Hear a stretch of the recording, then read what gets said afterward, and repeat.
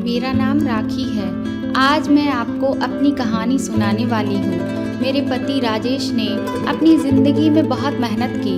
वो ज़्यादा पढ़े लिखे नहीं थे, इसलिए हमेशा से मेहनत और मजदूरी का काम ही उन्हें मिला और घर चलाने के लिए उन्होंने यही किया। हमारे 2 बच्चे हैं। बेटा 10 साल का है और मेरी बेटी बड़ी 16 साल की है। अभी तक मेरे पति ने जैसे तैसे हमारा घर चलाया था।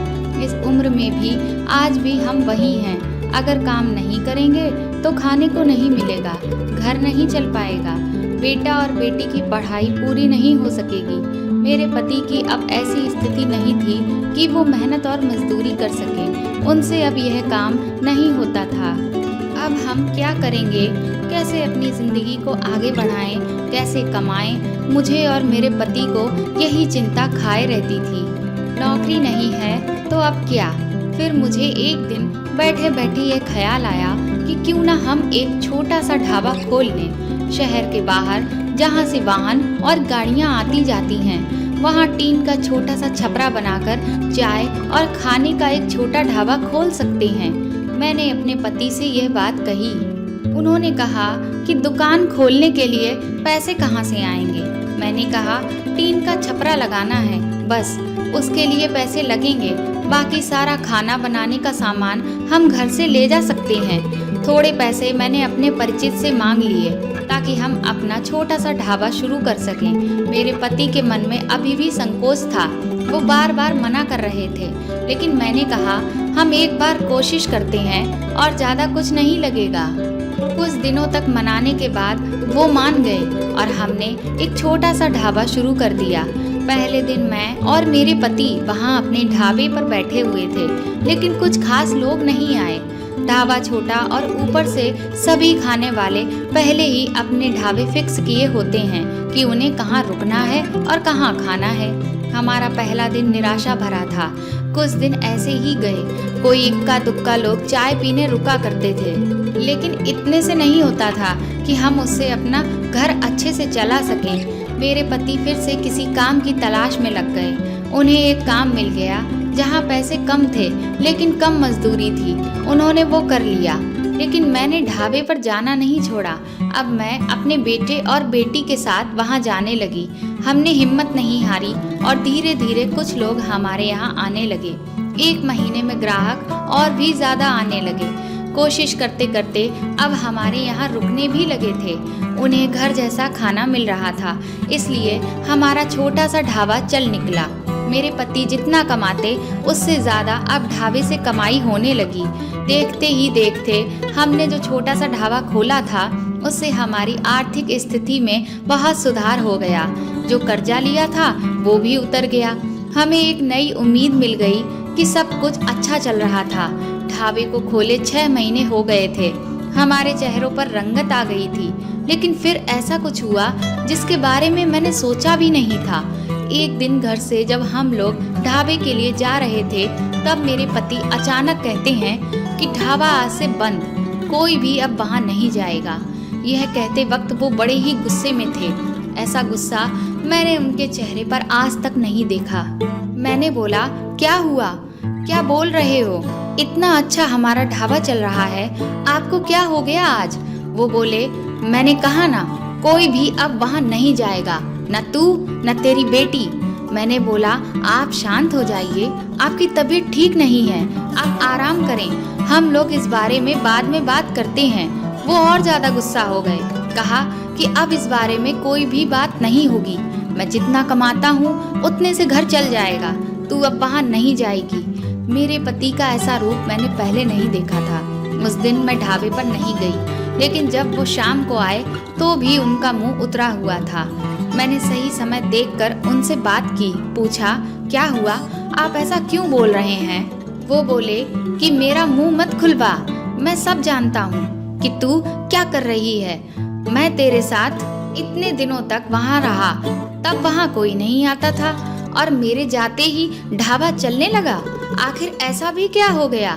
मेरे तो होश ही उड़ गए कि आखिर वो क्या बोलना चाहते थे। फिर मैं समझ गई।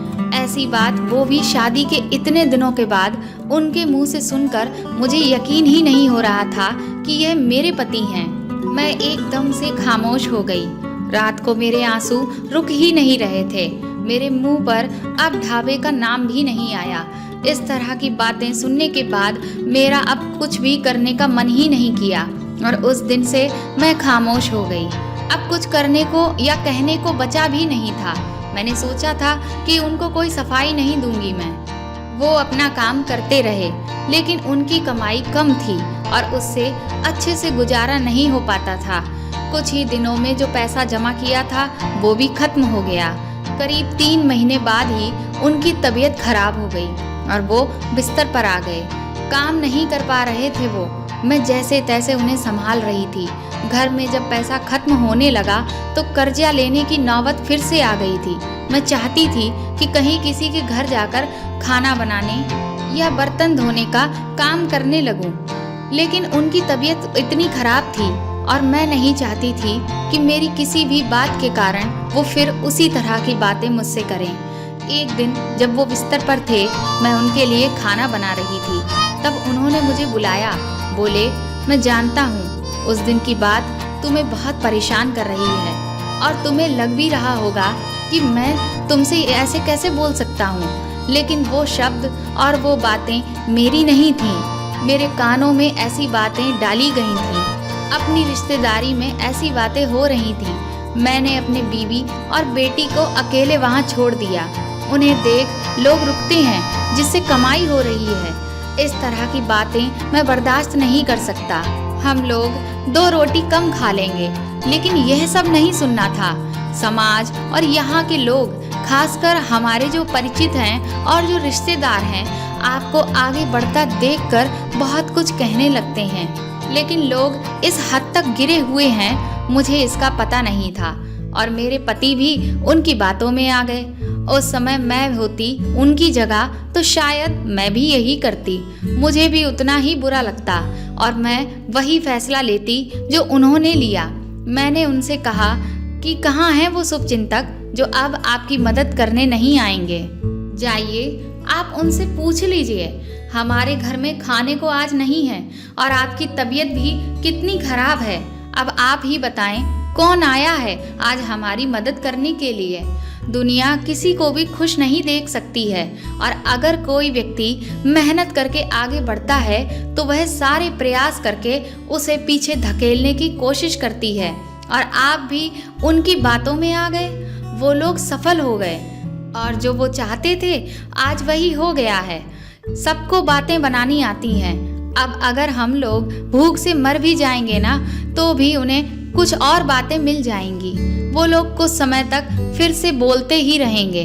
अगर हमें कोई फर्क नहीं पड़ता तो वो थक हार कर हार मान लेते।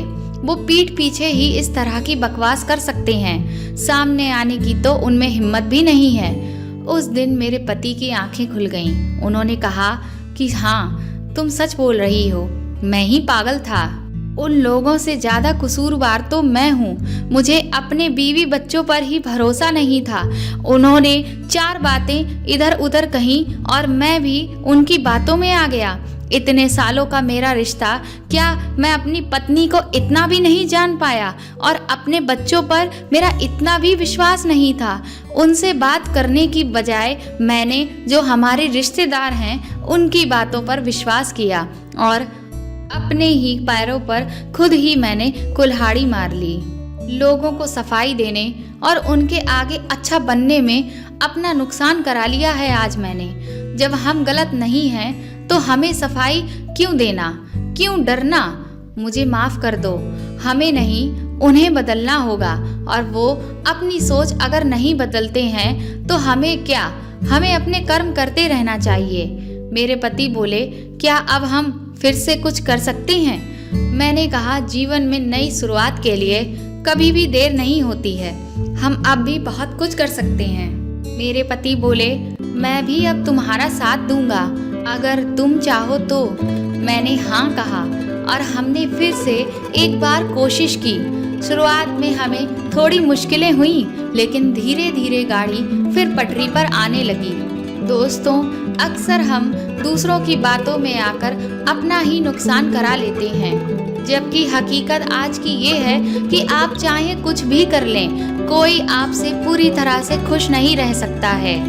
आप अगर असफल हैं तो भी आपके बारे में लोग 50 बातें करेंगे, और अगर आप सफल हो रहे हैं तो भी वो आपके बारे में कई सारी बातें करेंगे। वो कभी संतुष्ट नहीं हो सकते।